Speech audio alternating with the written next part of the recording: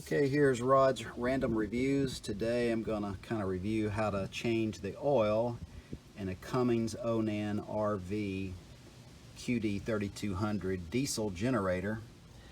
What I've got here is a Winnebago View diesel engine, diesel generator, and it's time to change the oil. So there's a lot of ways to approach this, but this is the particular unit that I have. Got an oil pan here.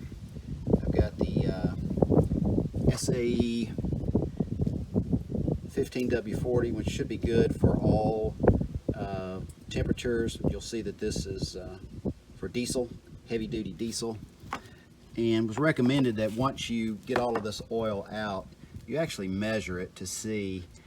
Some reports say you need about 7/10 of a quart, so you don't want to overfill it. Obviously this is, you got your air filter here, not changing it now. Oh, I've got gloves, protect yourself from the oil. Then you got a fuel filter, diesel filter here, I'm not going to change that.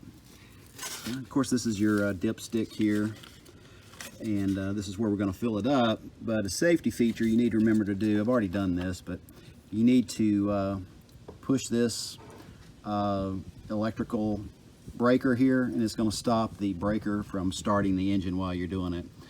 So I'm going to put the phone down here, but we're going to loosen this nut.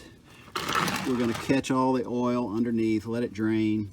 What I did was I let it run for about 5 minutes, put a load on it to heat this oil up, and want it to be able to flow freely. So we'll check back here in a minute and let you know how things are going.